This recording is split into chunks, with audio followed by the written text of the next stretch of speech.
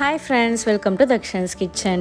இன்னைக்கு நம்ம ஒரு சிம்பிளான நண்டு மசாலா அப்படி இல்லனா நண்டு கிரேவி எப்படி செய்யறதுன்னு தான் பார்க்க போறோம். இது வந்து இட்லி, தோசை, சப்பாத்தி எல்லாத்துக்குமே ரொம்ப நல்லா இருக்கும்.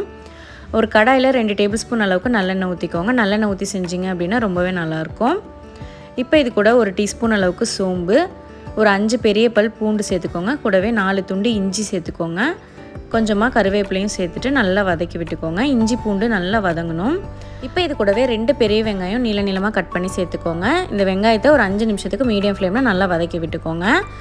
வெங்காயம் இந்த அளவுக்கு வதங்கினதுக்கப்புறமா இதில் 3 மீடியம் சைஸ் தக்காளி சேர்த்துக்கோங்க. பெருசாக இருந்தால் 2 சேர்த்துக்கோங்க, சரியாக இருக்கும். இந்த தக்காளி நல்லா சாஃப்டாக குழஞ்சி வதங்கி வரணும், அது வரைக்கும் நல்லா வதக்கி விட்டுக்கோங்க. பாருங்கள், தக்காளி இந்தளவுக்கு நல்லா குழஞ்சி வதங்கினதுக்கப்புறமா ஸ்டவ் ஆஃப் பண்ணிவிட்டு இது கூடவே ஒரு கைப்பிடி அளவுக்கு கொத்தமல்லி இலை சேர்த்து நல்லா ஆற வச்சுருங்க.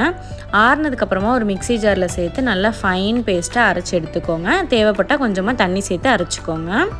இப்போ ஒரு கடாயில் 2 டேபிள் ஸ்பூன் அளவுக்கு சன்ஃப்ளவர் ஆயில் சேர்த்துக்கோங்க. கூடவே 1 டேபிள் ஸ்பூன் நல்லெண்ணெயும் சேர்த்துக்கலாம்.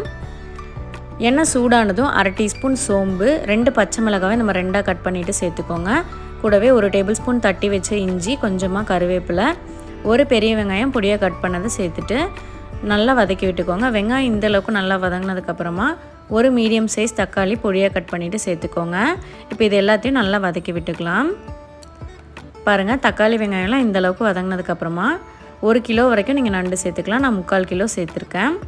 இப்போ இது கூட 1/4 டீஸ்பூன் மஞ்சள் தூள், 1 டேபிள் ஸ்பூன் அளவுக்கு வீட்டில் இருக்கிற குழம்பு மிளகாய் பொடி சேர்த்துக்கோங்க. 1/2 டேபிள் ஸ்பூன் கல் உப்பு சேர்த்துக்கலாம். நம்ம அரைச்சி வச்ச மசாலாவையும் சேர்த்துட்டு இந்த ஜாரில் ஒரு 2 கப் அளவுக்கு தண்ணி சேர்த்து நல்லா கலந்து விட்டு இதில் சேர்த்துக்கலாம். சேர்த்துட்டு நல்லா மிக்ஸ் பண்ணி விடுங்க. நல்லா மிக்ஸ் பண்ணி விட்டுட்டு மீடியம் ஃப்ளேமில் வச்சு மூடி போட்டு ஒரு 10 நிமிஷத்துக்கு நல்லா கொதிக்க விடுங்க. இந்த நண்டோட வாசனை வந்து நல்லாவே உங்களுக்கு வரும், அது வரைக்கும் நல்லா கொதிக்க விடுங்க. இடையில ஒரு வாட்டி இந்த மாதிரி ஓப்பன் பண்ணிவிட்டு லைட்டாக கலந்து விடுங்க. அடிப்பிடிக்கிறதுக்கு சான்ஸ் இருக்குது, அதனால் கலந்து விட்டுட்டு திருப்பியும் மூடி போட்டு ஒரு 5 நிமிஷத்துக்கு கொதிக்க விடுங்க. பாருங்கள், ஒரு 10 நிமிஷத்துக்கு நல்லா மூடி போட்டு கொதிக்க விட்டதுக்கப்புறமா மூடி எடுத்துகிட்டு மீடியம் ஃப்ளேம்லேயே வச்சு நல்லா கொதிக்க விடுங்க. கிரேவி வந்து நல்லா திக்காக ஆரம்பிக்கும். எந்த அளவுக்கு உங்களுக்கு திக்னஸில் கிரேவி வேணுமோ அந்தளவுக்கு நீங்கள் கொதிக்க விட்டு இறக்கிக்கலாம். இப்போ இதில் கொஞ்சமாக கொத்தமல்லி இலையும் தூவிக்கிறேன்.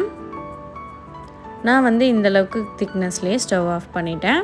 உங்களுக்கு வந்து நல்லா சுக்கா மாதிரி வேணும்னா இன்னும் கொஞ்சம் நேரம் கொதிக்க விட்டிங்கன்னா நல்லா திக்காகி வந்துடும்.